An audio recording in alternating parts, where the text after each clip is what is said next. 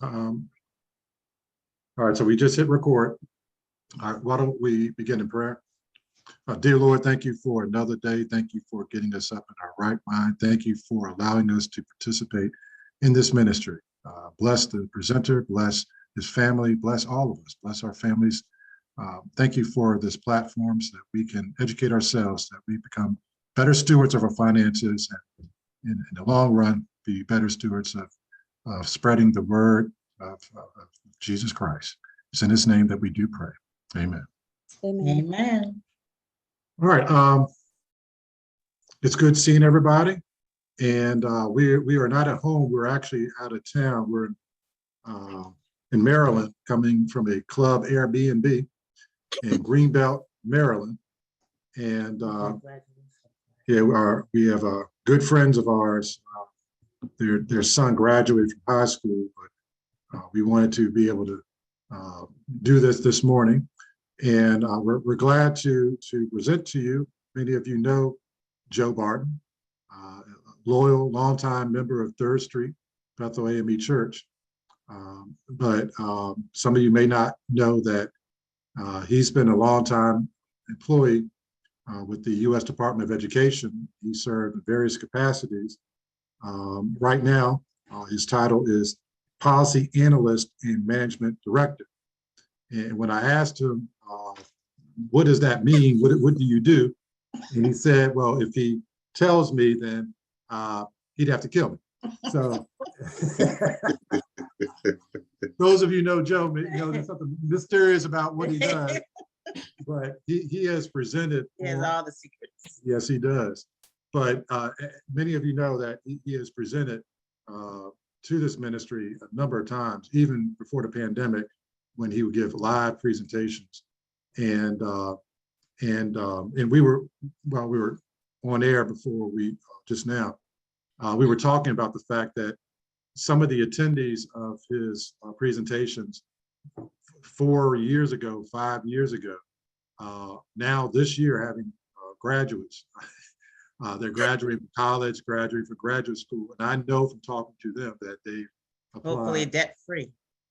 Yeah, hopefully debt-free. That's the goal. But I've talked to them, and I know that they've applied some of the principles. They were there taking notes. I remember one couple in particular, they were taking notes.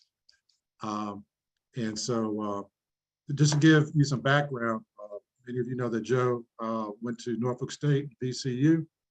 He obtained his degree in business management. The only thing bad I can say about Joe is he pledged his purple and gold fraternity. Omega Psi Phi. That's the only thing bad I can say about Joe Barden. Notwithstanding that, he's a great guy. He's been married to his wife, Mildred. I asked him, how long have you been married to Mildred? He said, forever. But then he said, 42 years. He has 2 grown kids, one young man and one young lady.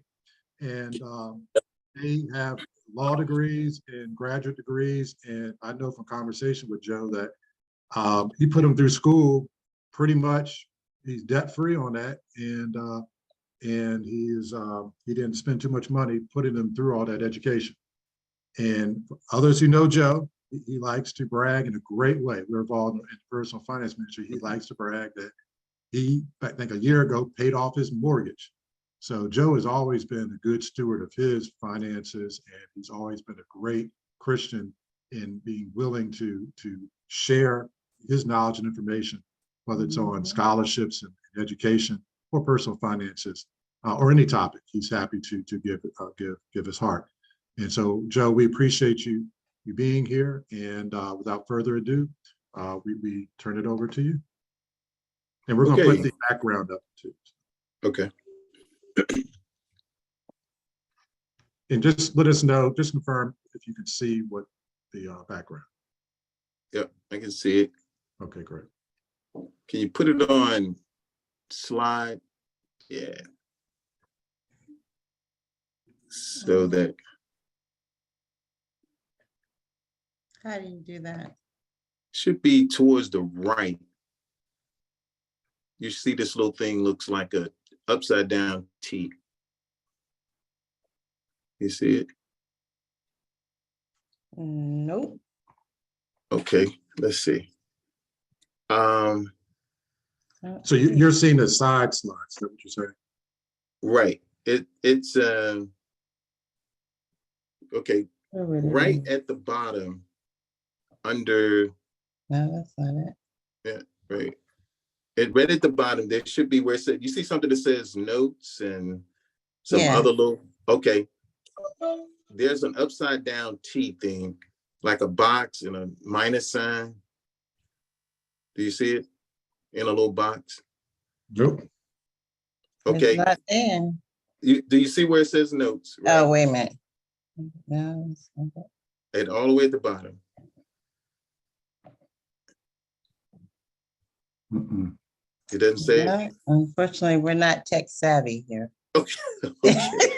Yeah, the note, yeah, All I right. think we Yeah, can, we we were can, looking at that. we can browse, change it. You just have to see the side slide. That's Yeah, yeah, because what would happen is that it'll just put each slide up separately, rather than to have, all the slides there, okay. but we'll work with this. We can go with this. Yeah, maybe I'll figure it out by the time we get All going. right. Hey, okay. Well, I'd like to first say thank you for tuning in. And this is always a challenge for people to comprehend this information, because it's like a foreign language. And to the extent that you learn a foreign language early, then that's good.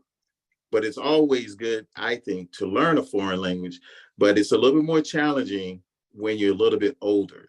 And so I sort of use that comparison as it relates to financial aid.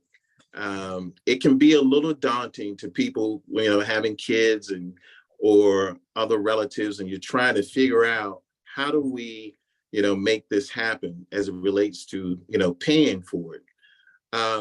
The first thing is to understand what is, next slide, please. Understand a couple of things about what's going to happen today. We're going to talk about what student financial aid is, what the types of financial aid or the types of financial aid, the sources of that aid. And then we're going to talk about something that you may or may not heard of, and it's called a FAFSA. And the FAFSA is, one of those many federal acronyms. And this one stands for the Free Application for Federal Student Aid. And then the other thing we're going to talk about, some helpful hints about student financial aid process. So there is a process to this, like most things. And to the extent that you're armed with information, it will help you navigate through this process a lot easier. And then, of course, we have a Q&A session. And while those are the topics we're going to cover, I'm not limiting it questions to just those topics. So if you have a question about graduate school, if you have a question about repaying loans, if you have a question about, let's say, loan forgiveness issues, we can address those in the Q&A session, okay? But this is the nuts and bolts, sort of like on the front end of student financial aid. All right, next slide, please.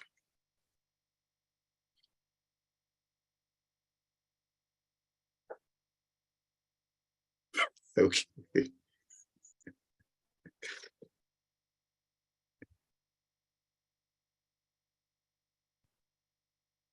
Okay, all right. The first thing we're going to talk about, one of the things is, what is student financial aid? Student financial aid is basically the resources to assist a family to complete an education. So some people have a definition where they look at it from the standpoint that, oh, when I go to school, all this money just going to drop from somewhere and I go to school. No, it doesn't happen like that. There's a process that you have to engage yourself in, but it is doable. And as Randy said earlier, I educated two of my children, or the two children I have, in undergraduate and private schools, private schools undergraduate, and one went to a private school for for law school, and the other went to a public college for graduate school. So my son went to law school at NYU on scholarship and other assistance. And my daughter completed her graduate degree at UC Berkeley in the same manner. So it's doable. It's doable. And I have some advantages because I am in the arena, but you too can do this, so don't feel like it's just, because I work in it. Oh yeah, he understands. I understand a little bit better than most, of course, but it's doable. But you got to be persistent and you have to persevere. Okay. Types of financial aid. All financial aid will fall into one of these 4 buckets. And so when you look at, or, you hear all this information, there's scholarship dollars, there's grant dollars, there's work study, and there are loans. Now, each of those have a separate definition. And so you want to, for those of you who can't see this and maybe doing something else, the 4 types of student financial aid are scholarships, grants, work study, and loans. All financial aid falls in one of those 4 buckets. And so scholarships, it requires that you some merit or some performance. Let's say if you played an instrument in a band, and so you get a band scholarship, so it's based on your performance. Or let's say you're a grand scholar, so you get a scholarship to attend college. But then some scholarships are not based on those kinds of things. They may be based on something as simple as you live in a certain community and, or you represent a certain demographic. And so scholarships are available for you. Another category of grants, generally, these are from the federal, state government. And some colleges and universities also provide grants, and colleges provide grants in the form of tuition remission. So that means, like, if the tuition, for example, is $10,000, they'll say you only have to pay $5,000. So something like that. So that's a grant. And also, of course, you've probably heard the word Pell Grant at the federal level, and then also something called the SEOG, which is a supplemental grant to those who have higher need from a financial standpoint from the federal government. But then also states also, chip in and assist. So you want to also be mindful of grants that are offered by your state. Work study, basically, that's a program that's been around a long time, and you have to attend a college or a university, 2-year, 4-year, generally nonprofit, that offer work study. And you work a part-time job, could be on campus or in the community, and you're paid. Now, one of the dangers about work study, and I'll say maybe danger is not a good word, but one of the concerns is that if you're awarded work study, unlike a scholarship, grant, or a loan, that's upfront. A work study, if you are awarded, let's say, $2,000 in work study dollars, well, you're going to have to work in order to have those funds, if they to be applied to your bill, you're going to have to work. So so you may have an outstanding balance, and if work study is a part of that, and you need that in order to meet your obligations to your institution. So you got to be real concerned about the work study. Loans, oh boy, loans. This is something like, I guess what you say, you break this only in the, event of an emergency, because too many people get strapped with loans, not understanding you have to repay this amount plus the interest. And so the interest is set by Congress, not the school, that the U.S. Department of Education is set by Congress every year.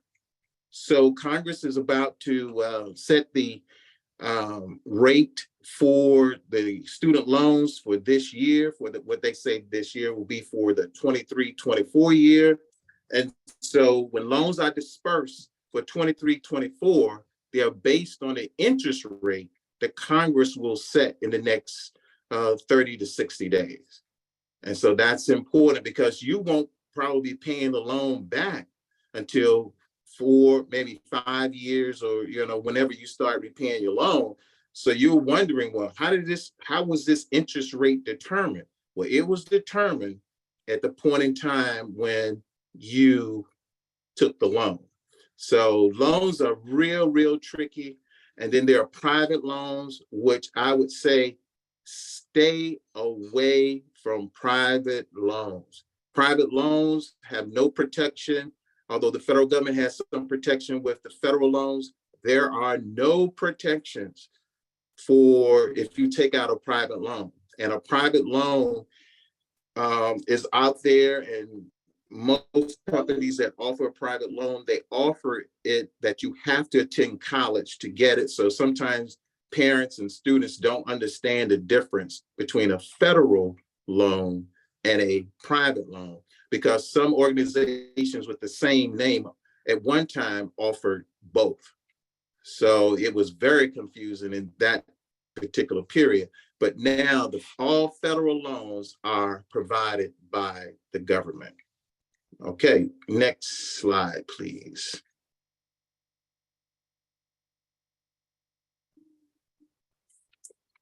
Earlier I said that federal and state governments are a major source for financial aid. So if you haven't already, you should really, if your young person is a senior right now, it's a little late. It's a little late because the fact that the form that we're going to talk about a little bit, the FAFSA form, should have been completed long before now. Colleges start dispersing funds at around March timeframe. So it makes it very difficult, if you haven't taken care of that long before. But there are a lot of federal programs out there based on need. There are some programs that are not based on need, that are offered by the federal government.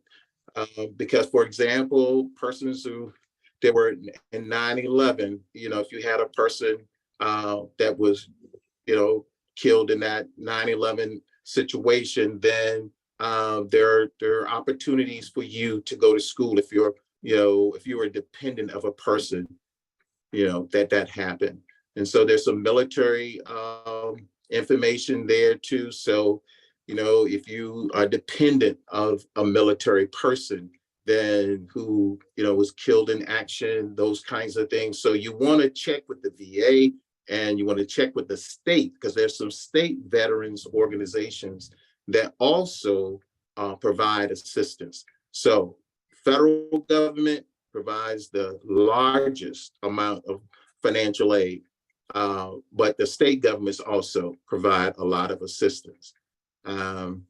Next slide, please. Colleges and universities. The goal is to graduate. That's the goal, is to graduate from college. Too often, students and parents, I call it a mismatch. You make decisions, and at some point in time, you find out that financially it's just not working out for our family. And this could cause a lot of challenges within a family. And then of course, it could potentially impact self-esteem with students. So it's very, very, very important to have an honest conversation as a family about attending a college or university. Too often parents get caught in what I call a guilt trip, and they say, oh yeah, we're, wherever you want to go. And then once they see how much it costs for them to attend, and they're looking at each other, or trying to figure out, well, how are we going to make this happen? Or they try to shift the burden to the college or university and say, hey, why don't you do something? Well, at that point, it's a little daunting. And unfortunately, by default, too many families end up with a lot of debt, loan debt, because the only avenue available to them, unfortunately, are student loans, either on the student and you load them up, and then the parent picks up the rest of the freight.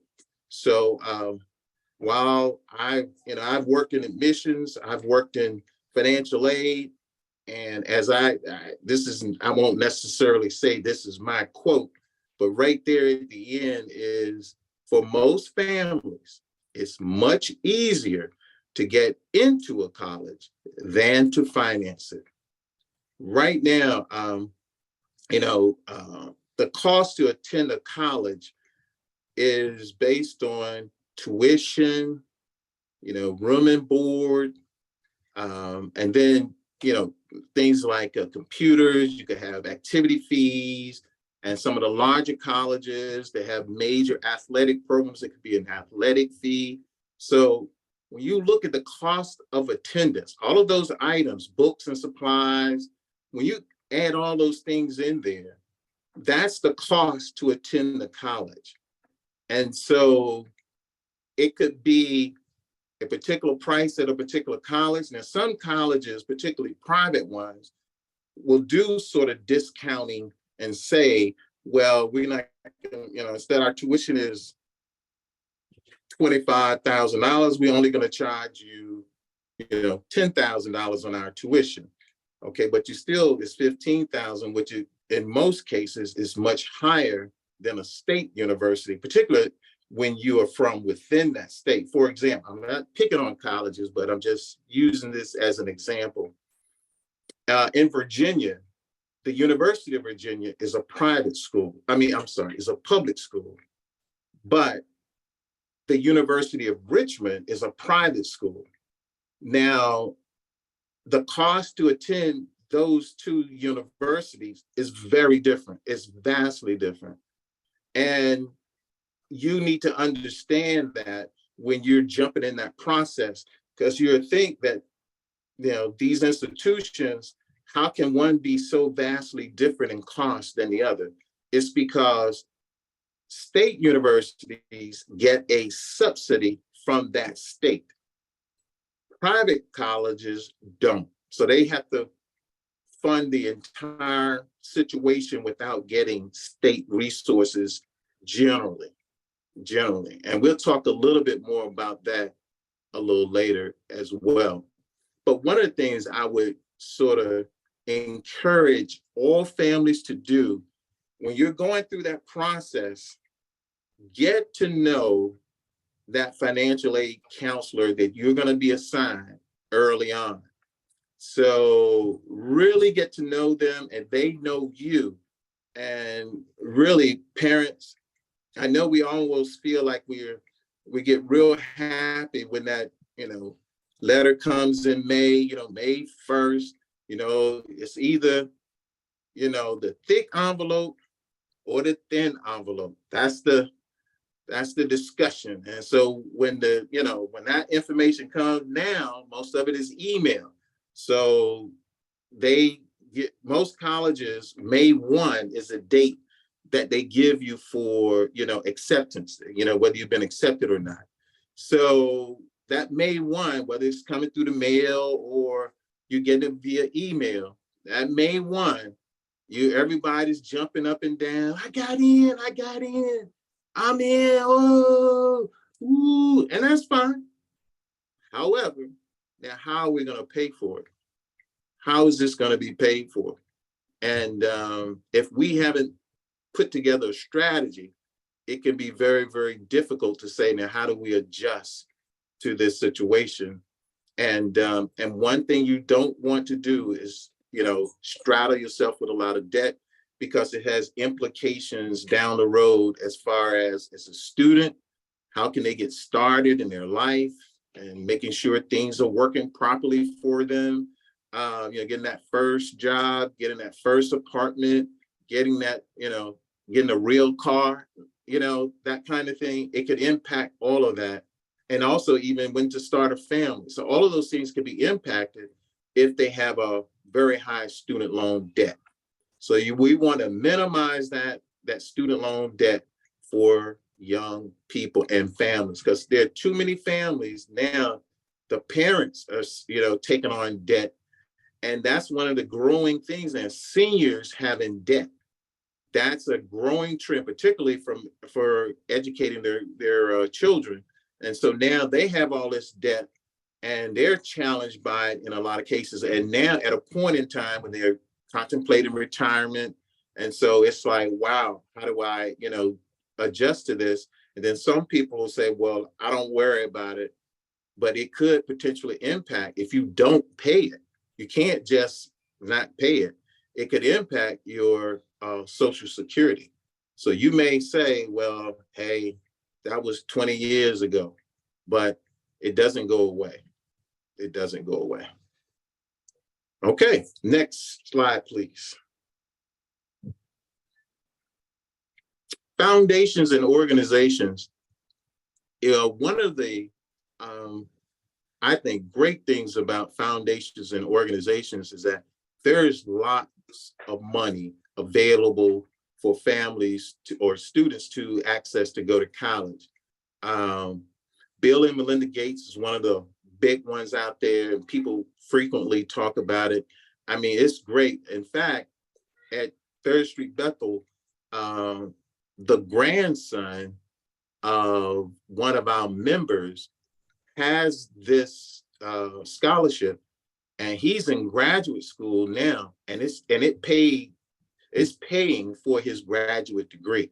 So not only did he completed undergraduate school, but now, this Bill and Melinda Gates, well, I don't know if it's still both of them now since they've had a, parting of the ways, but that scholarship pays for as much education that you acquire. So if you get a bachelor's and you stop, that's it. If you get a master's and stop, they'll pay for that. But if you go through and get a terminal degree, whether it's a law degree or a PhD or whatever, it will pay for that as well. So those are very difficult to get, but it really takes care of those individuals who go that route.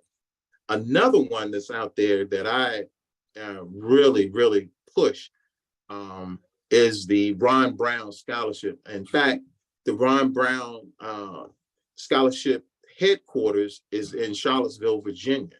And that's an excellent scholarship. And they they provide significant resources towards a 4-year degree.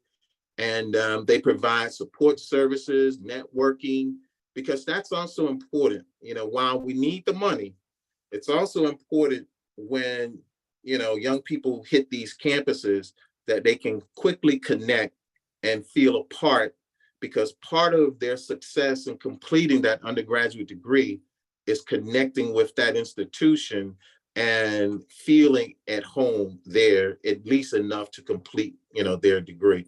So they do an excellent job with providing support networking as well as resources to meet the cost of attendance. And one of the other things is that while I'm talking about foundations and organizations, I don't want to leave out faith-based organizations. Even within our African Methodist Episcopal Church, there are scholarships that are offered at various levels. And too often, we just kind of don't do a very good job of disseminating that information so that people are aware. So I know within the AME Church, there are scholarships that are available. Of course, there are ones at the local level, but even beyond that, there are, scholarships available. So I would say if you're, part of a faith-based connection or connectional organization, then look into your faith-based organization to see what they offer. Catholics, if you're a Catholic, the diocese offers certain scholarships. And so I'm sure the other denominations offer something similar. So you need to check into that. And that's often an overlooked area when people are considering, well, where can I get monies or resources? Another area I'd like to talk about is community and civic groups, like the Lions, Kiwanis, and those organizations provide a lot of support in general for young people to go to college. And then also you have these organizations like Boys State, Girls State. And these are state organizations, mostly are run by veterans groups, but not always. Sometimes by a state agency, or state agencies sort of work with that. So if your son and daughter, attends Girls State or Boys State in your particular state, that's another excellent opportunity of networking. And many of them provide scholarships for young people to go on. And there are VA groups, veterans groups that come together. And so you need to tap into. Some of them are for the dependents of veterans who belong to the organization, but some of them are not. So they're open-ended. So you want to make sure you tap into those groups to see what they have and what will work, for you and your family. So, and then of course, fraternities and sororities. There are other fraternal organizations, not just what they call the Divine Nine, those 9 major African-American fraternities and sororities, but there are other fraternal groups and other organizations that offer scholarships as well. So, you may want to look at some of these other organizations. Some of you, of course, you have to be affiliated with in order to get a scholarship, but check into those. So make sure that, if you're, a member of some of these organizations, just check and say, hey, mom or dad, does your organization offer scholarships? And somebody said, well, I never thought about that. Let me check into that. So you want to make sure that you tap into that, type of organization that can assist you with scholarships going to school. And also, one of the things to keep in mind, and this tends to be the Achilles heel for too many young people, people say, okay, here's the information. It requires an essay. Oh my, ooh. Well, what I suggest to families, and this is what we did, you get one essay and you make it, it's tight or well done. And then from there, you modify it to apply to a particular organization and their needs. So if you can get one nicely crafted essay, then and really have someone review it, making sure there are no errors. It's conveying a cohesive message.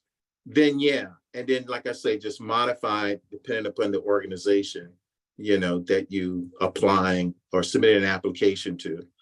And then also like I said, a quick Google search, can lead you to all types of information. But if someone or organization says, send me, $50 or $250, and I can guarantee you, so many scholarship dollars, and don't do that. That's a scam in most cases. And because most of this stuff is free. It really is. It's free. It just requires what I say, sweat equity. And some people don't want to do the work. But, I say you're looking at anywhere from, depending upon the institution, if it's a most 4-year public institutions, or you're looking at anywhere from $100,000 to $250,000 if you go into a private institution. So you don't think it's worth your son or daughter taking some time out of their schedule to do these searches and to do the legwork and contacting individuals to see what types of scholarships that may be out there, for your son or daughter. I mean, there's something as if you live in a congressional district that's led by an African American, there's a scholarship from the Black Caucus. The Congressional Black Caucus offers a scholarship for individuals who live in their districts. So, I don't know how many of you have ever heard of that, but if you go out on the website, Congressional Black Caucus scholarships, boom, it'll pop up.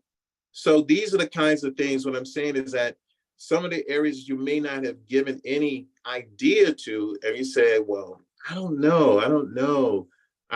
Yes, there are a lot of organizations. Think of everything that you belong to or affiliated with. It could be anything as, broad as the NAACP, your local affiliate of that organization, or the national affiliation. I mean, there are, even in sports, there's a Jackie Robinson scholarship. So you need to look at what are the opportunities that are out there, and you need to be persistent in looking at, the eligibility criteria and see if it fits me. That's very important when you look at these types of activities because like I say, most of it is sort of wide open, but some of it is limited to need, or some of it is limited to, you have to live in a certain state, or, there may be other limitations, but most of these opportunities are wide open, Yeah. Next slide, please.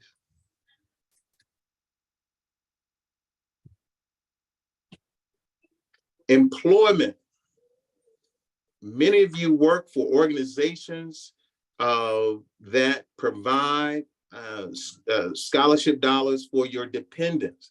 Check with your HR office to see, well, what type of scholarships do you have? When I was working for a private employer, that employer, timing was everything, because I checked with them and said, hey, what do you have? My daughter's getting ready to go to college. What do you, oh yeah, we have this, particular scholarship for dependents of, people who work here. So I said, how much? They said $5,000. $5,000. Oh yeah, I'm on this. What do we have to do? They said nothing. Just, when she's enrolled in school, just let us know, and we'll send the information. So I was like, wow. So I got $5,000 just like this because the employer I worked for, at the time.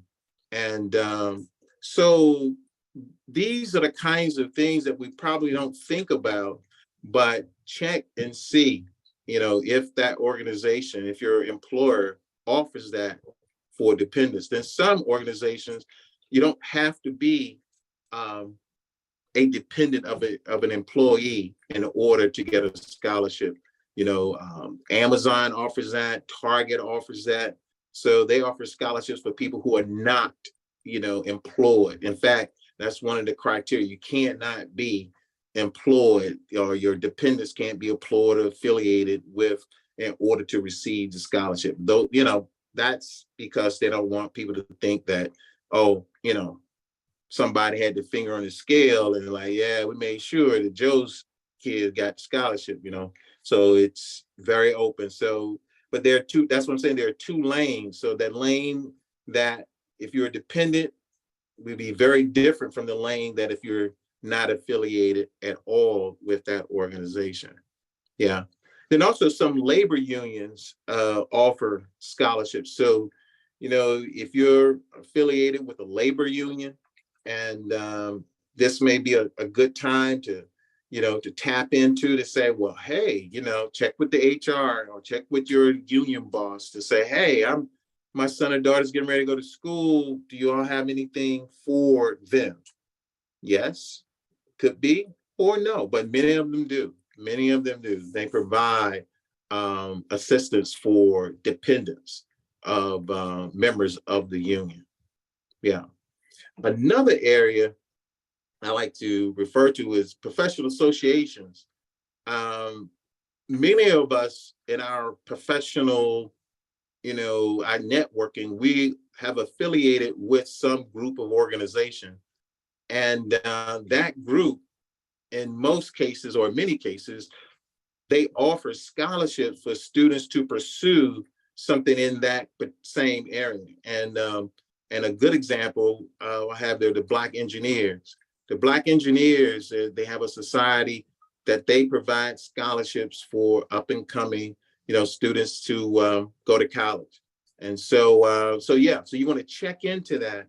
And just about every profession, they offer scholarships. So you want to make sure you're tapping if you want to become a journalist. So you want to make sure you tap into that journalism group. If you want to become an architect, you want to check into that group and making sure that you've tapped into, you fully understand what they require, and you go out and meet that need. Okay, next slide, please.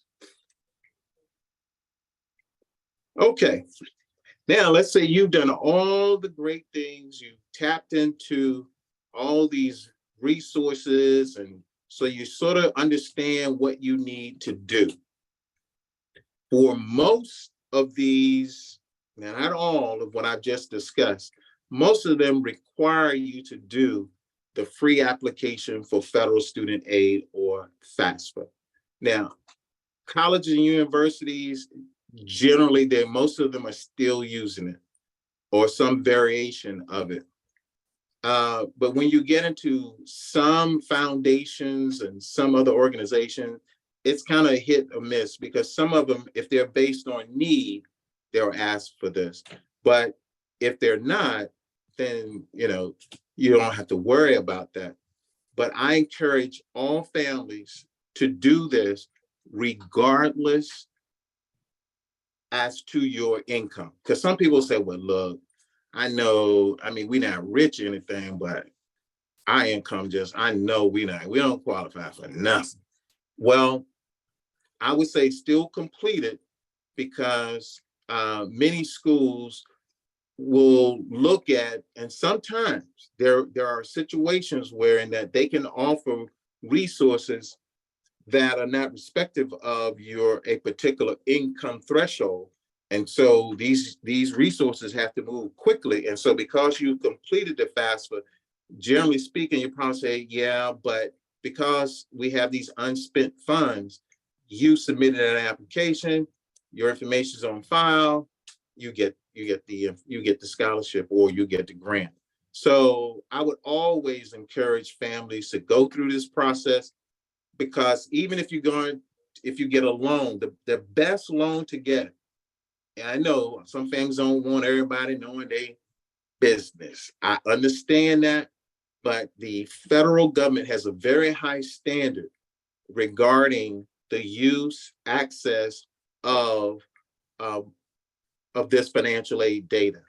So there are persons who, lost their job and potentially were going to be sued by the federal government because they accessed President Obama's student loan data. It's, first of all, it's hard to get to a person who's a public figure like that anyway, but they lost their job and they were challenged as to, hey, that's big stuff for the federal government. So you cannot have people just, accessing information, because you could have a situation where in that, let's say Randy, now I got a beef with Randy, so I'm gonna go get his information and see what you can't do that. You cannot do that. So the federal government, and every year you go through training to ensure you shouldn't be doing that, and what the consequences could be as a result of doing something like that. So I that's why I suggest to every family that your data is pretty well protected, as well as any data can be protected on that using the internet, and got all these servers and all that. So I mean, they have real powerful security systems on here, so that to make sure that but I cannot sit here and say your data will never ever be compromised. I can't say that, but I would say that somebody if data is ever compromised, it would have to go through a hellacious, way of getting that data out, or that data being leaked, leaked in some kind of way. So yeah, so your data is in pretty good shape. It's in pretty good shape. Much, much better than the data you all give to, Facebook and Instagram and all these other, I mean, how many people even read what all of that stuff is that they say that they can do or can't do or whatever? Most people haven't. And most people don't even understand what type of systems they even have to, protect their data and what they're liable for and what they're not. So anyway, your federal data is at a very high threshold in the, yeah. I couldn't, let's say somebody today, unless I had a reason to know, and a reason to know means that I'm processing some information. If I come across someone that I know, immediately I have to say, I can't work on this information. I have to turn it over to someone else. So yeah, so we don't, so it's not something that people take very lightly. It's a high threshold here. It's very, very important for you to do that. But the gatekeeper for most aid is completing the FAFSA. Okay, next slide. Okay, FAFSA. Number one question, why do you need to complete it? Because most programs, states and organizations use this as an eligibility. So they're looking at to determine if you're eligible potentially for need-based for the most part. But as I said earlier, complete it anyway, because if you're gonna get a loan, for some folks, getting a loan is just a cash flow situation. And so, well, I don't have all this up front, but I don't mind taking a loan so I can, pay the monthly, and, I'll pay it off at some point in time, so I'm good. Okay, that's different. But even getting a student loan, I would go this route rather than going a private loan route. Okay, where can I find the FAFSA? The federal government has done a tremendous job in streamlining the process and making it a lot easier or user-friendly when you go out there. You have to go to this area to, get the FAFSA, and the FAFSA at that studentaid.gov.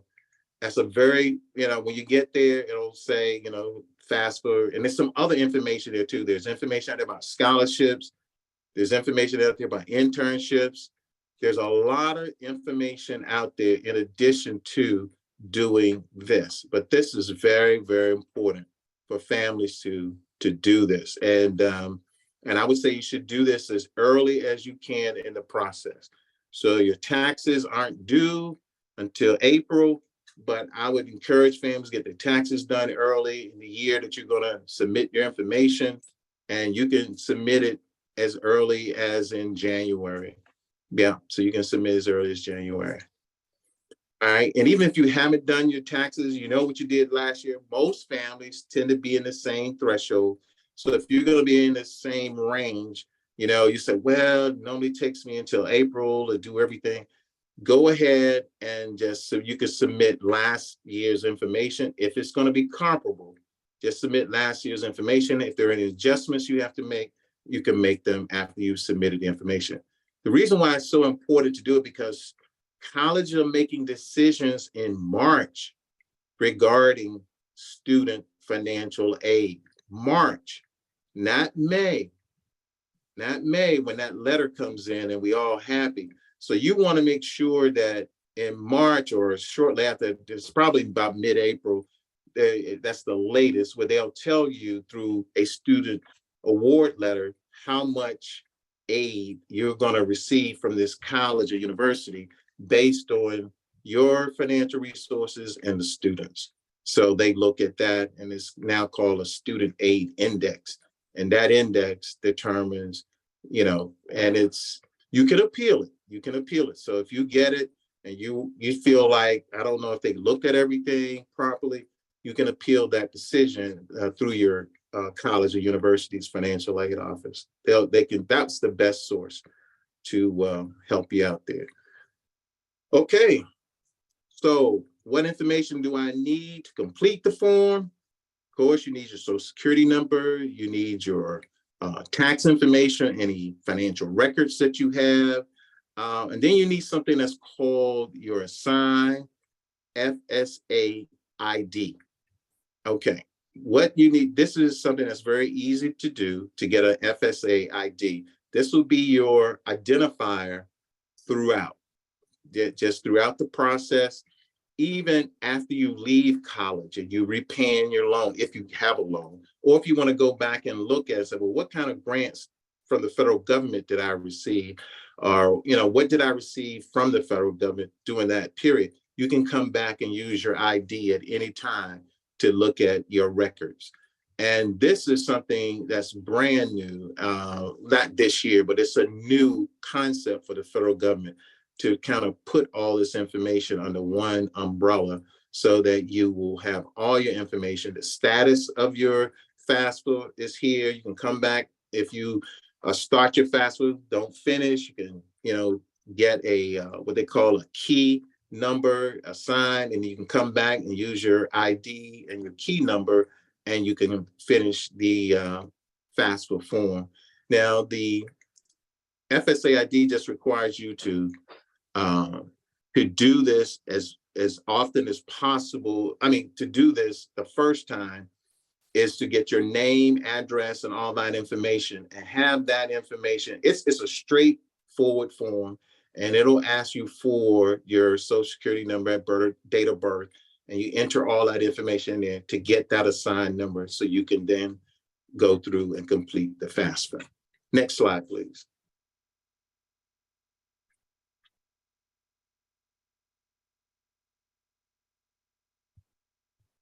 Okay.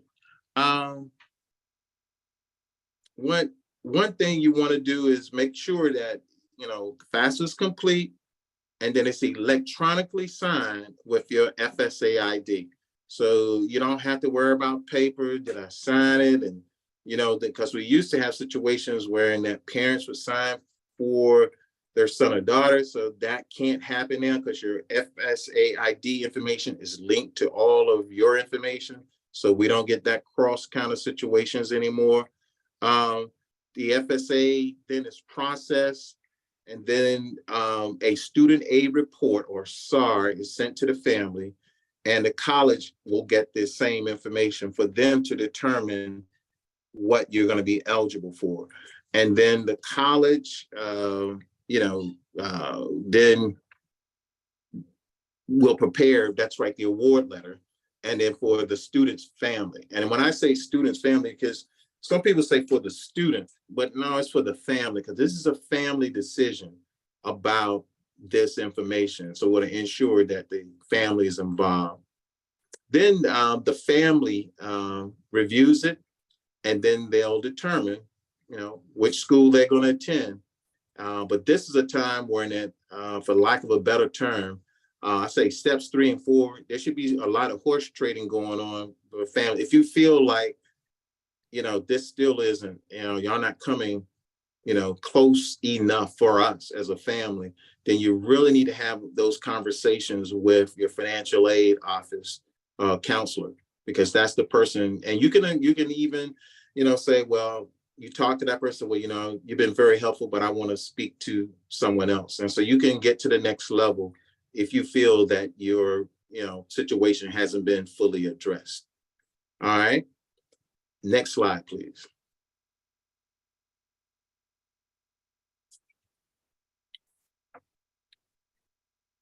Okay, helpful hints.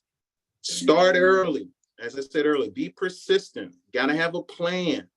Work with your high school counselor and other folk, because, for example, in Richmond, the city of Richmond, they have a program called GRASP. It's the Greater Richmond, I don't know what the acronym stands for right off the top, but they assist high school families in completing the FAFSA, and they also help students identify scholarships. So your school may offer something like that, or your school district may offer something like that. Contact local community individuals and civic organizations. And we talked earlier about fraternities and sororities. Your religious organizations, make sure you do that. Stay involved. And then next, you talk about student professional talking about professional organizations. So you want to make sure that you're really, really on the top end of that, and talk with parents and others about what's happening at their places of employment. Be sure to secure that, make sure you adhere, I say secure, but adhere to the deadlines for applications for college and applications for scholarships. I've served on committees for both, for admissions into colleges as well as for scholarships. And the first thing, how they get rid of applications, the ones that are late. Everyone is late never even get looked at. They just get tossed because they're late. Next group are the ones that are incomplete. And so you want to make sure that your information is complete. And so you want to, have a good eye about that. And don't pay for information. There's no need to pay for this information. There really isn't. It's a lot of free information. If you just want someone to help you do it, then that's different. But I wouldn't pay for it. Yeah, no need to. Next slide, please.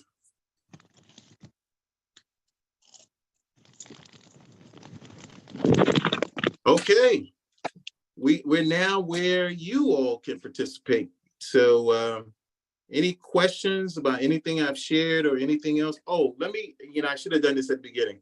I currently work for the U.S. Department of Education, but anything I've said today or anything you've seen does not reflect anything of the U.S. Department of Education. So I'm not here representing the U.S. Department of Education. So I want that to be clear and everybody understand that. And so, okay.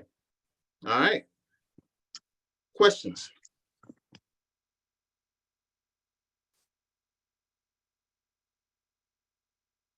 No questions? Can you hear me?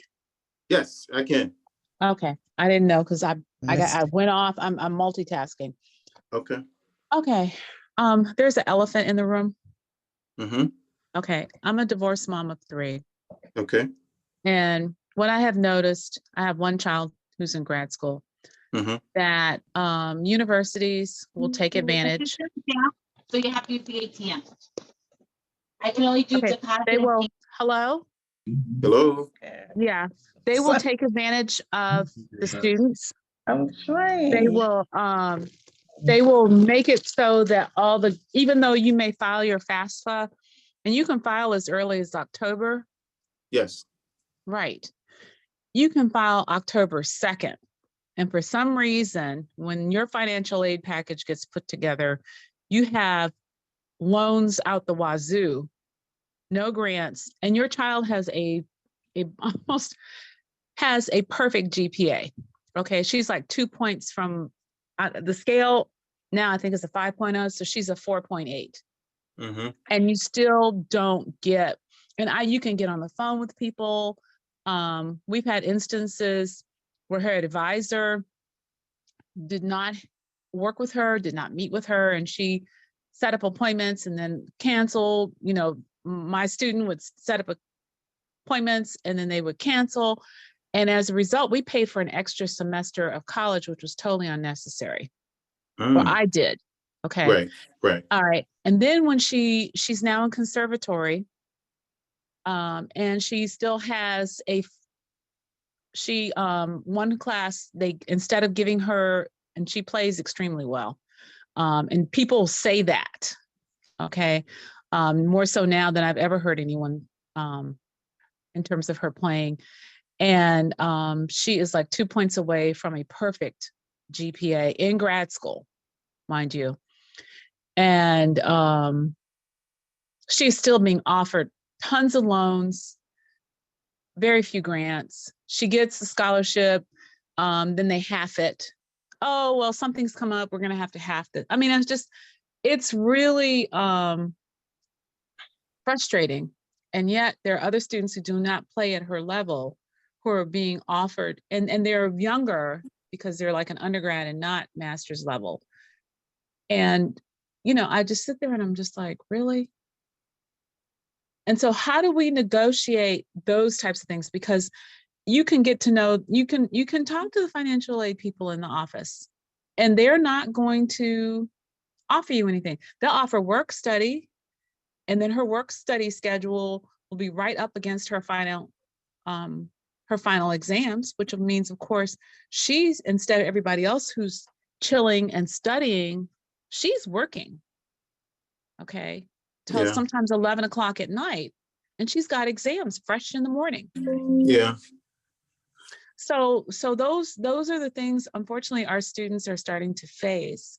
And it, and then they come up with this, well, can we talk to you because she's 21, blah, blah, blah, and I'm sitting there going, she's on the line. She just told you that I can speak to you. And yet, and still you get this thing. And see, Zelda and her husband, they know me. I'm a physician. Mhm. Okay. So I know when I'm being played and, all that stuff. Sure. Okay. Sure. And you just how do we negotiate around that? I mean, we can do scholarships and things of that nature as long as they don't know she's Black. Okay. And and Zelda knows my daughter. My daughter is a Black harpist. There are very few Black harpists in the country. Mhm. And when people hear her play, they're like, where does she come from? Mhm. And it's aggravating. And Right. I'm I hear you. and I she feel you. has loans, and right now I just got a statement in the mail that all of a sudden now she has a balance. Right. And I was just like, how is that? When you told me, when I paid for the semester, and I paid the first semester just cash, I just went ahead and did it because I said, we're not going to deal with the rigmarole.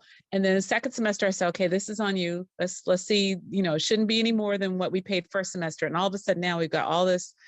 And I'm like, where is this coming from?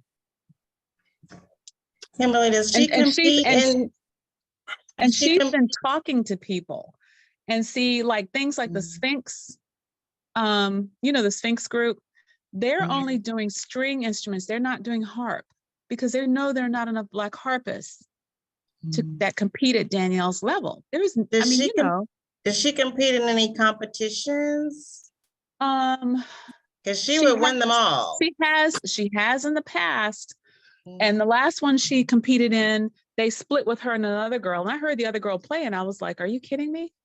And she was a brass player. Danielle can play Haydn and Mozart and hit it in areas where people are looking at her like, how is she doing that? And, and Linnell loves it. But the problem is the money is not coming in the way that it needs to. And that's not my only child. And, without saying too much, I know Zelda and them know, the buck stops with mama in terms of money, financing, getting things to where they need to be, all of that stuff. It falls on me. Unfortunately, I don't have the other help that I should be receiving. Not that person can't help, quite capable, okay, but will not. And so I get frustrated when it comes to financial aid, because they screw over our children. And unfortunately, United Negro College Fund cannot help her because in order for her to pursue her education, she had to go to a majority university. Okay, there is no HBCU that has a harp program at the level that she's playing. Right. There is just not. Okay. So well, one of the things, and I know, like you say, when you're looking at what institution to attend, one of the things that I looked at was, okay, my son and daughter weren't as, how can I say, as astute as yours in a particular field with like you say, there are very few options and opportunities for someone playing at her level.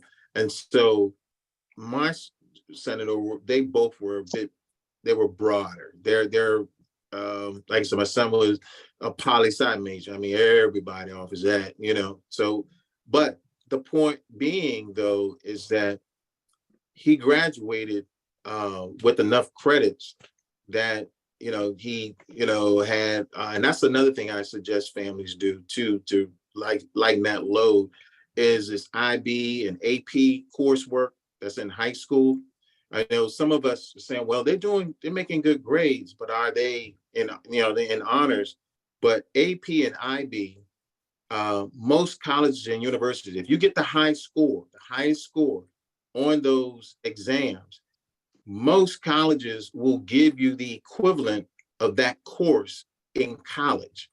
So The yeah, reason that she had to do the extra semester is because there was a music major course that she was supposed to be taking, and it was only offered one semester a year.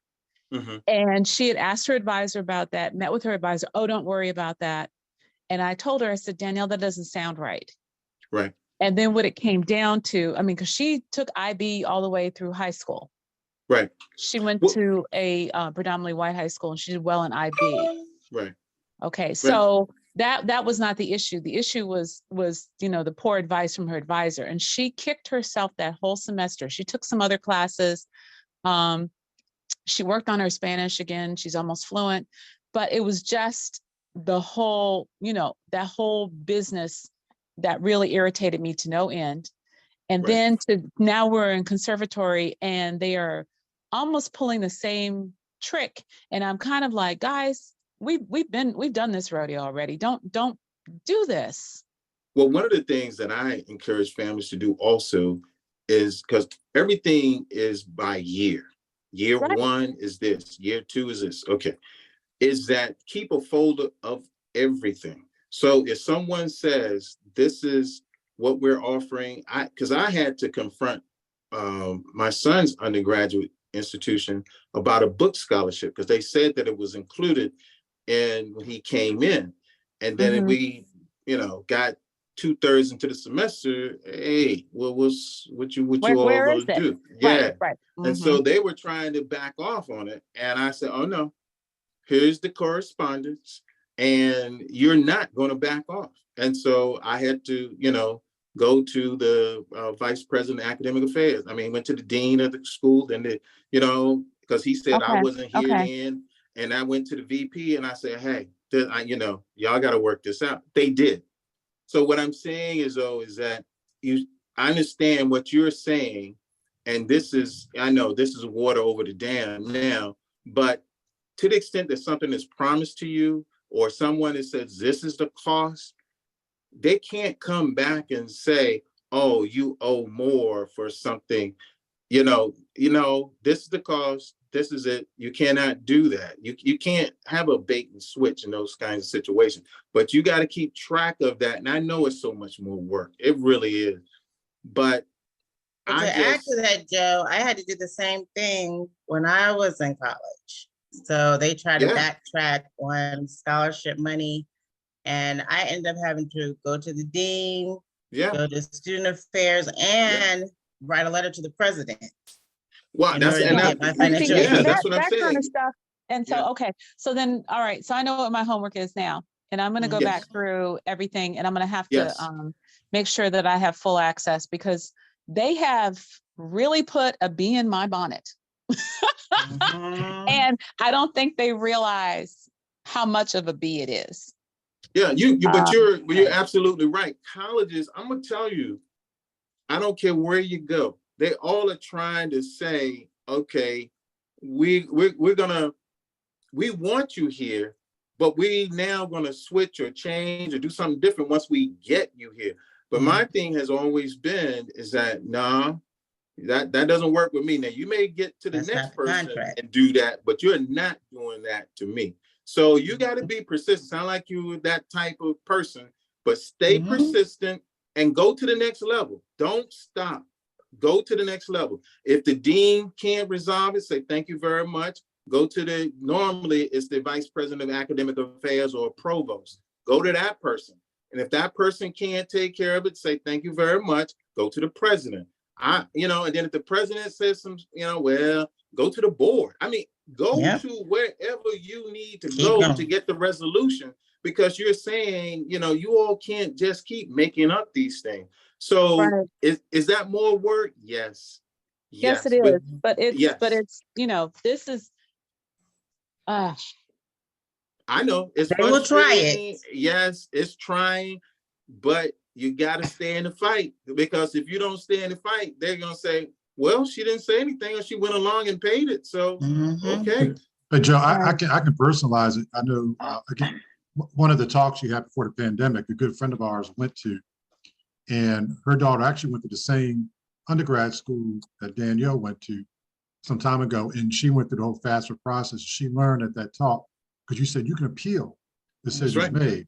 And she said she learned that first time listening to you, and she actually, when they were denied something, I can't remember all the details, denied something by that school, they appealed it, and it turned out all right. So I think, I just reiterate, you think you can, this is it, you have no further appeal, just go up one level, just keep That's on right. doing it. At some point, Well- somebody has authority to, what is it, squeaky, what is it, a squeaky? we will Wheel get the gets grease. the Squeaky grease. wheel Yes, Right. yes. Mhm.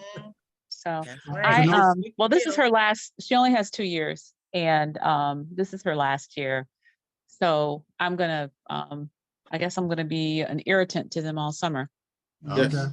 And Yeah. also look into competitions, because they pay a lot of money for winners of competitions, and As she's long excellent. as they don't see her, she's in good stead.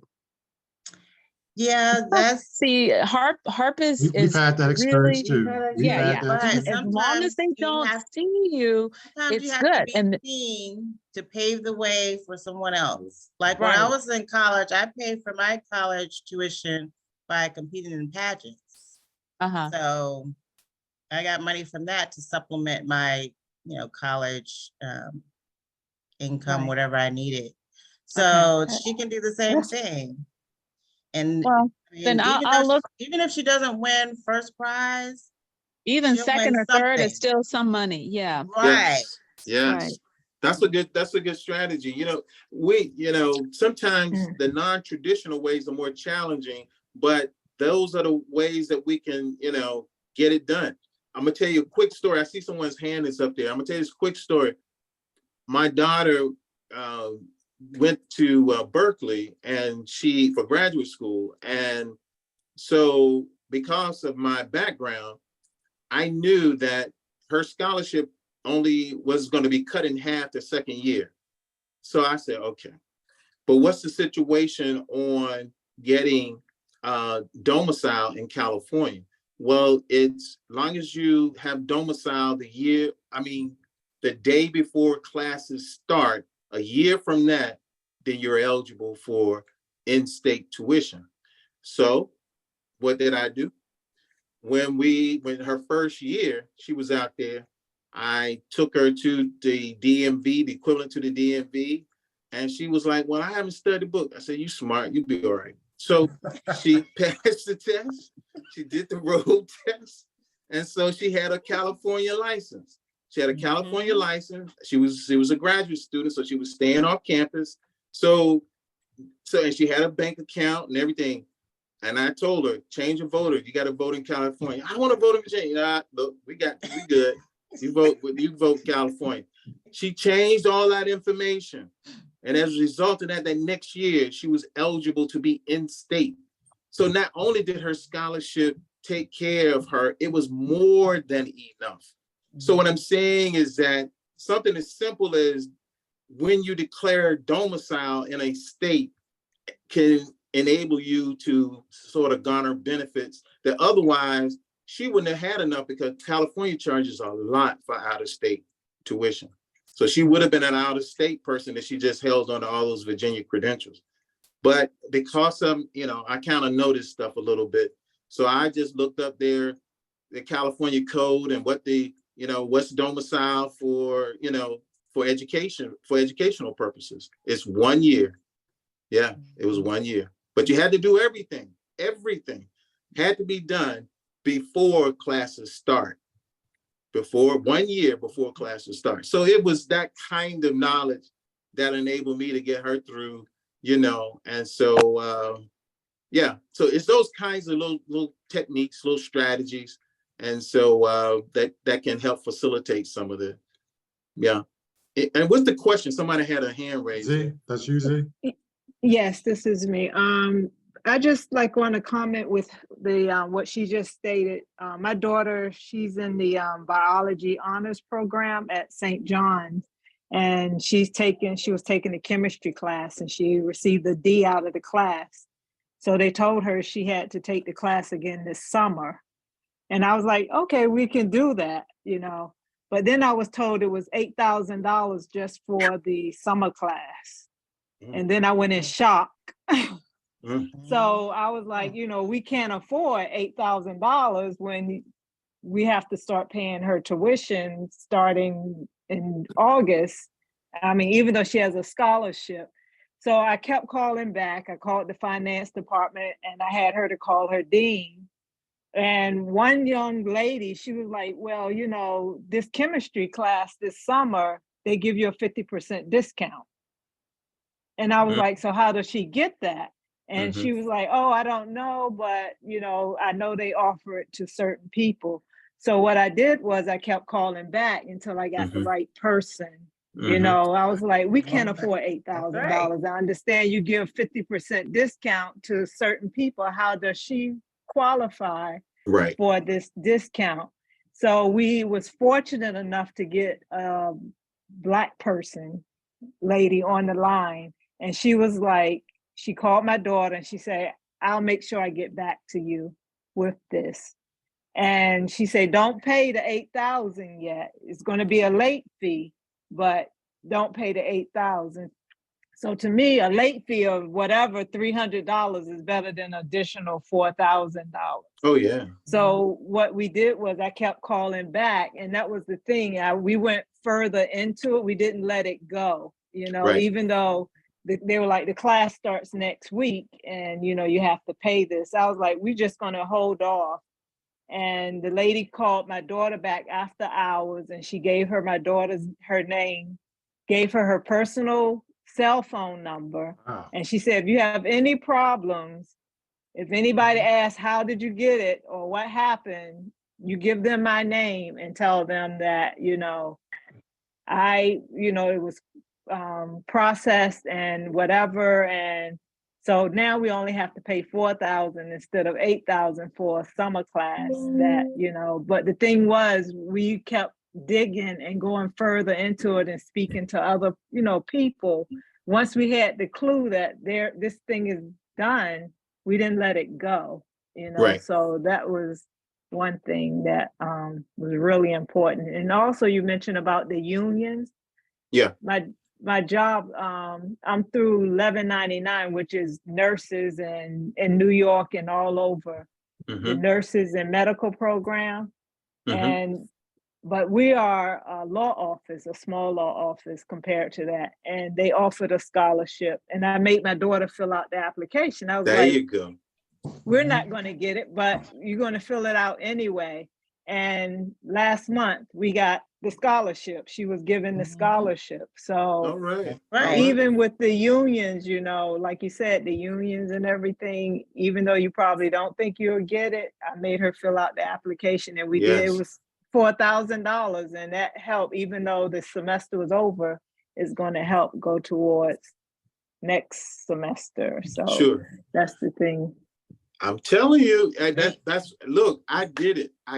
My wife, we did it. Well, now we made some choices now. We did make some choices because, you know, my family was so enthralled, which is good. I had no problem with it because particularly on my son, he got accepted to his Ivy League school and all that's good. That's fine. But when I went to one of the presentations and, you know, I'm talking about, you know, this school's endowment is just crazy. And I'm saying, so I'm going to pay them. This is a multi-billion-dollar endowment, but I'm going to pay them for this. I said, no, I'm not doing that. I'm not doing that. And, you know, and so I made, you know, as a family, we made some choices. Of course, my son didn't agree with all those choices at the time, but he wasn't going to pay this $200,000. So that's the point, is that sometimes even as a family, you got to make some decisions about colleges and institutions, and, you know, because an honors program, and you may not say, for lack of a better term, as prestigious of a college, you know, can challenge your son or daughter in a manner that another institution that you think, oh, well, they're regular courses. And because you're in the honors program, the honors program may afford you more scholarship dollars. So you have to kind of work with these kinds of things. And I'm not telling anybody, you know, somebody, you know, because my family was all just, oh my gosh, they were just, so I said, well, how many of y'all are going to help pay for this? You know, so, you know, I mean, I'm not, you know, but that's a decision. And my wife and I mean, cause I had to work her because she got caught up in the Kool-Aid. So I'm like, no. And he is so happy doing what he's doing, making more money than, you know, crazy. I mean, almost his bonus is almost what I make. You know what I mean? Like, really? So I'm just saying, it's like, you can do it. This is doable. But you gotta reprogram your outlook on things, and you gotta be persistent. And so if I can step in, what Z was saying about the persistence that you're speaking about, you know, in this ministry, we were reviewing Tiffany Aleche's book, and she's talking about contacting customer service through credit cards, and you know, we've had that experience where you call customer service. I see Zella do it. She's a queen at this.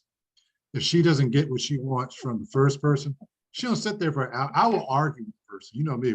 So I will sit there and I will logically get you to where you need to be. And Zella just like, well, thank you very much. Hang up, call right back. You're gonna get somebody else. And then eventually you're gonna get to somebody who's like, oh, you must be having a bad day. We can fix that. And you know, so that persistence you have to have. Yes. I know Colleen had a question earlier on chat. Colleen, I don't know if you wanted to say now about educational IRAs. What specifically about that? Okay, well, yeah, well, a couple of things, I guess. I'm on my way to get a plane, so I got like 15 minutes there. Missed the plane over. That's bad finance. Where are you going now?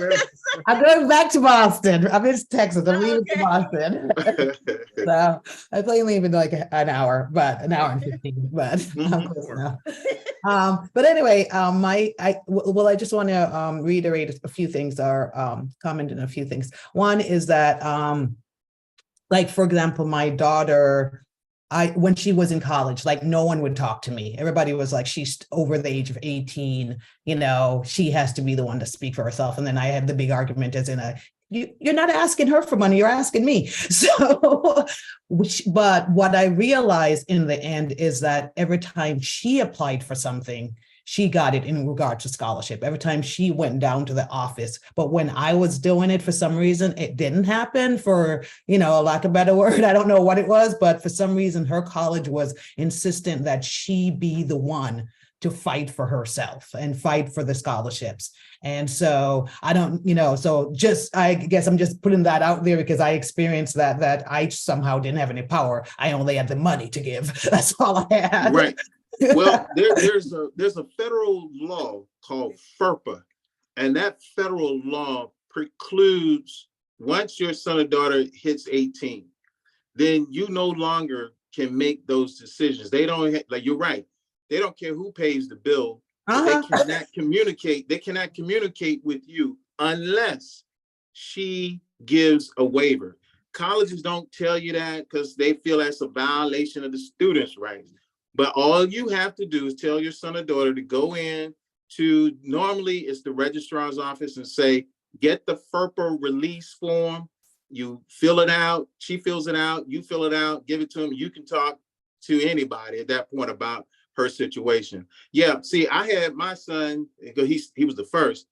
We went right there because I know this. So we went right there to the, and the lady told me, you the first one to come in. I said, yeah, well, okay.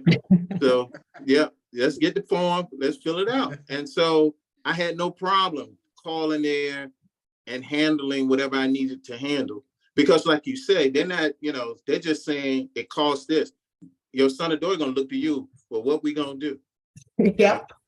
Yeah, but that's it. It's called FERPA. It's a FERPA release form. Yeah. Yeah. If they She was say- able to if they say they negotiate won't herself. release it, if they say they won't release it, to say, I ain't gonna pay the money. That's right. That's Or right. another thing you can do is just write the letter and have your child sign it. You can do that. Whatever Too. information you Yeah. want to discuss, or email. Have them Yeah. write the letter from their email. Right.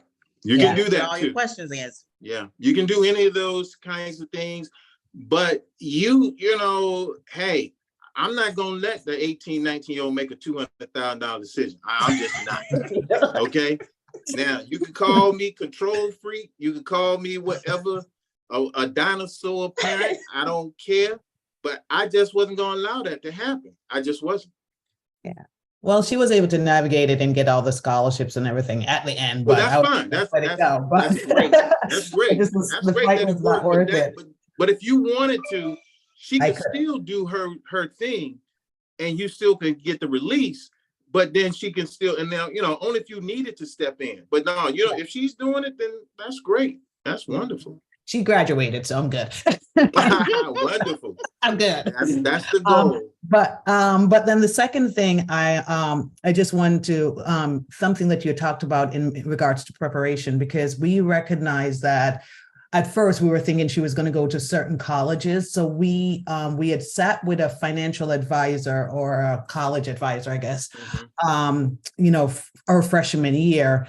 And they, they told us about select the colleges you want and see what they required. Like some of them had required your financial from 3 years back. So he was like, make sure you have this. So just, I guess what I'm reiterating what you said about Berkeley is that we had a lot of research that we started from freshman year about the different colleges that she was going to go to and see what the requirements were and what we needed to do in preparing her for college and getting her the scholarships that she need. I mean, I'm proud to say we graduated and she owes nothing. We hadn't taken out a loan. Everything was scholarship by the time we did it. So, but it was, But then going back to, I was thinking of what Dr. Kimberly was saying in regards to then, when I had my ex's, her dad on it, we had to pay money because of his income. We had to pay everything until that part. We didn't count on that part, but then even that became a fight in which I was just like, wait just a minute. But I think one of the things is preparation and not waiting for senior year to be prepared for it. That's right. My whole thing in all this that I want to say. And then the next thing in regards to educational IRA, we had one for my daughter, and I guess I'm just trying to, I sort of kind of still have it because we did take out the money to pay for her. I think it was the room and board. We take out some for, I can't remember, but we still have it. So but we got so many different advice going up to her, different advice when it comes to her educational IRA when it came up to before she got to college, like what should we do, in order. Some college advisor had said, well, take out the money, or transfer it to your other child so that therefore they don't see it, FAFSA or the college won't see when they run her social security number, they won't see that she has money in a 529 or educational IRA, transfer it like 4 years before or 3 years before. So I guess I'm just still wondering, because I do have one other son who's going to be going to college soon. So when it comes to the educational IRA, how does that play all into this financial picture in itself? Because I've gotten so many different advice about it. I know, and you're going to get something different from me. Okay, because the thing is, first of all, is this state sponsored or is this like Fidelity, Vanguard or something like that? Is this state sponsored or is this? No, not state sponsored, no. Okay, all right, because that makes a difference, because some states like Virginia, they have 529, but monies from that are put towards education, which they're, that's the purpose. Then financial aid officers cannot use that against a student. They cannot, if they use the Virginia 529. But if you have a Fidelity, Vanguard, or Schwab, or some of the others, then that's going to be an event. Because, and another thing that I suggest that you do, if your son or daughter gets a scholarship, have the scholarship, be sent to the college after school starts. Because if you send it before, they may reduce some other aid and say, oh, you got a scholarship from, the Garden Club of wherever, of Connecticut. So we're going to reduce your scholarship that we're going to give you by that amount that the Garden Club of Connecticut gave you. And that's, to me, a disadvantage to the students. So I advise persons to wait till school starts, and they can't do it after school starts. And so, and then do that. Now, to your point, it's going to be counted. It's going to be counted. Whoever's name it's in, it's going to be counted, and that could potentially impact any aid. Now, the conversation to have is to say to a college, let's say they want to go to ABC College, like they always want to go there. That's where they want to go. I'll have the conversation with them up front and say, hey, we have this. Now, what's your policy? Will you use this against us when we, get scholarship dollars or anything else? Will you use this against us? Then you'll know how they're handling it. So do that up front with a college.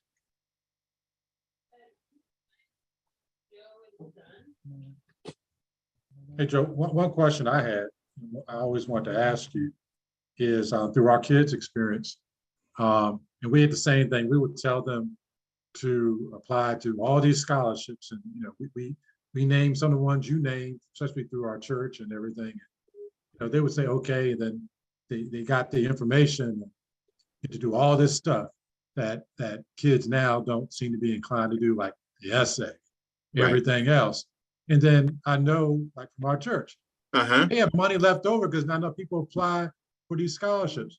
And then you have, experiences like Dr. Caldwell was talking about, where she can't get the information help that she's looking for based on certain criteria.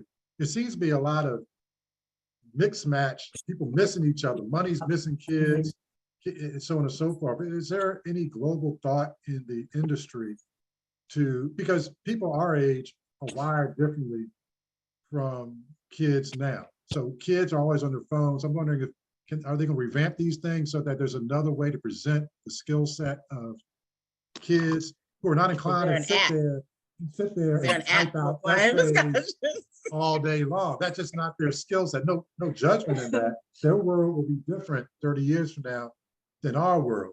And nobody can be AI. So nobody's gonna be sitting around typing up essays in 30, 50 years.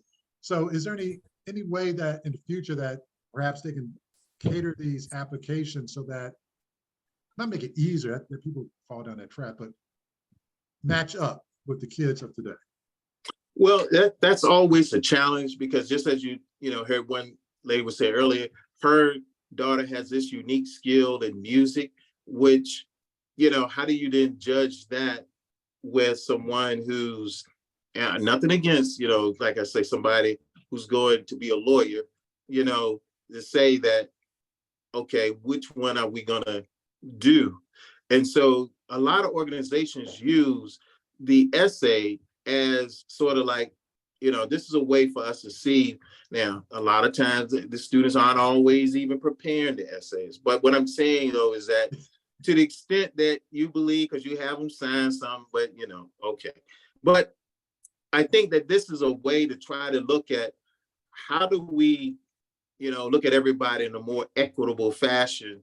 Because if you look at people, if we look at a musician, we look at an engineer, we look at, how are you going to say this one should and this one shouldn't. Now, I'm not saying even with the essay, it works it out, but like I said, I've been on the other side, and to look at, what people are coming in, I don't understand how. I tell you, the most difficult job has to be the Ron Brown scholarship. Now, those young people got almost perfect GPAs, and they SAT or ACT scores. I mean, they are through the roof. They're low income students, with a lot of challenges in their families and that kind of stuff. But it's like, at one time they were only doing about 10 students. How about that 11th student or that 12th student? I mean, they doing about 20 some now. How about that 21st student or that 22nd student? It's so hard to do. Why you have to get your application in first. That's part of it. But even with everybody getting them in first, it's still hard to narrow it down to, because these are all superstar students. And you look at them and go like, oh my gosh. So, they've been fortunate that they've been able, that's just one scholarship, they've been able to expand. I understand Jackie Robinson has been able to expand the number of people they offer scholarships to, but it is so hard. I understand what you're saying, but they're trying to look at how do we make sure we get a musician in there, like the young lady said earlier, and we don't have everybody in there engineers, or everybody in there political science or whatever. How do we get a variety of folk who are outstanding in a variety of fields? It's hard. I'm not saying it's easy. And then you make a very valid point. It's not an easy answer, really isn't. And another thing that really struck me, and I know from my own job, I have tons of attorneys come before me all the time. I don't know where they went to school, undergrad or law school. Right. They just in my court trying their cases, and where they went to school sometimes has no bearing on the quality of the school they go to. So when you say, you have in your mind your kid's going to go to the top school, right? But you may be paying top freight with no scholarships to get that. And the easy job is to get the child in. Everybody gets in, as opposed to state school. That Fully paid. Going to be fully paid because they're going to offer your debt. child full freight. But I know those attorneys who pop in my courtroom, some of them got debt through the net. Other ones are debt free. And that's that pride. That's a huge pride thing that I know from having 3 kids go through college. You have it at the beginning, you lose all pride in the back end of these things. Is there a way that we could possibly make universities more transparent about how they are awarding financial aid and get a demographic distribution? Because I think if the universities and colleges were made to be transparent, there would be some equity in what they're doing. Yes, college profile, that was President Obama put that out there. The colleges didn't want it. They don't. Everybody, because they're discriminating. And the thing is, but you can ask for it. And I did. I said, I asked for it on graduates as well as financial aid, because I wanted to know, going to this school, how does my kid fall in? And then also, how do you treat folk that look like him and her, my daughter as well? So when we looked at these kinds of things, it really, I'm gonna tell you, there are some schools that really play, and see some schools, what I call front end, they give you freshman, sophomore, then you're on your own, basically junior and senior. So you look at the, I've seen that you say, too. oh yeah, woo, freshman and sophomore, now we got you. So it's like, okay, you gonna leave now? You're a junior, you leaving? No. So now you out there trying to get loans and whatever else to try to fill in the gap. So be mindful of how they treat students on throughout the experience. That's very important. That's very important, And then if your son or daughter is an athlete, be careful of these situations, whether they go to a school. There's no such thing as a 4-year guarantee in athletic scholarships anymore. That day is gone. Doesn't exist anymore. So it's 1 year at a time. Most people don't know that. Most people don't know that. So what I'm saying is that there's a lot of information that we need to be educated upon, but some of it, all we have to do is ask for it. And don't feel, sometimes we feel like, well, I don't know. I'm unapologetically asking for it because you want my son or daughter, then you're going to have to provide me some information, you know? So I'm unapologetic. Why you got to apologize? Just ask for it. And then if you don't get it, ask somebody else. That's true. Go to the next level. Just go to the next level. But President Obama tried to push that, but you know, they call it socialism and taking advantage of academic freedom and all of that and all that. So they kind of, you know, it just really, so you already know that they're not willing to be transparent about what they do because they're, you know, moving ahead the racist agenda of discrimination. Look, I couldn't put it any better words than that. You know, the thing is that when people say that this policy isn't discriminatory, I want to know who's disproportionately impacted by that policy. That's what I want to see. Then that tells me whether it's racist or not, from my perspective. So I know, but we just ask for it. You got to ask for it. You might be the lone one. You know, like I said, the college told me, well, you're the only one to ever. Well, okay. But you know what you got to do, you know? So you can ask for that information. And I did for, you know, the colleges that, you know, that were TWIs or the HBCUs, I asked for different kind of information, but, you know, I got everything I needed and I was armed with what I needed. And so, but everybody, you know, you got to keep everybody, what I say, for lack of a better word, you got to keep everybody honest and, you know, and hold to what they tell you and get it in writing. But just because somebody say, oh yeah, no problem, we can do that. You know, say, okay, well, I'm gonna follow this up in correspondence, you know, to indicate that you said this. Mm-hmm. Yeah, so Okay. that's another thing to do too. Don't just say, oh yeah, they said it. Oh yeah, we good. No. Get that follow in writing. it up in writing. Yep, get it in writing. Yep, Get it definitely. in writing. Yeah. So that's where I am on that. Now I know that we can stand here for a long time. Now I can't. I'm good. I'm not chasing a plane or anything, but you know, You're just Randy, chasing grandkids. Yeah. Well, look, where's Grandpa Joe? Look, they already done hit the door a couple of times. I heard them. I saw you waving up. Yep. Only got so much. I know. We're gonna let you go, Joe. But does anybody have any last second question before we tune out? All right, our next meeting will be on Saturday, July the 22nd.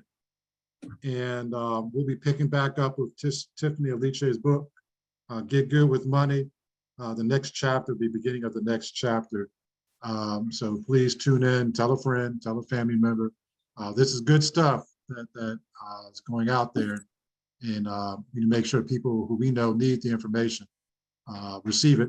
We're recording this, so we'll post it. So if you need the link or the information how to do that, in case somebody you know might need to listen to it, let us know that. We'll get you the information so you can get that to the appropriate person. All right, let me close out in prayer. And the married couples ministry. That's right, the married couples ministry. What are we doing? The married couples ministry, we're gonna be doing 4th of July celebration at Dogwood Dell on July 4th. On July 4th. So you'll be getting more information on that. Right, around 5 o'clock is think when it starts, but they do the fireworks. This for those in Richmond. Now. Some of y'all from New York, you want to drive down to New York from New York? It's a great time. It's got some good music, good food, and fireworks. All right. So we're gonna close out in prayer. Lord, thank you again for giving this opportunity to us. Thank you for Brother Joe and the information he gave us. Thank you for all those who were here. Bless those who, for whatever reason, could not be here. Give us traveling mercies. Give us living mercies. Bring peace to this planet. In Jesus' name we pray. Amen. Amen. Thanks everyone for Amen. coming. Thank you. Yes. Have the rest of your day. Thank you Have a for the great weekend. information. All right. All right. All right, you're welcome. Bye. Bye-bye. Bye. Bye. Thank you.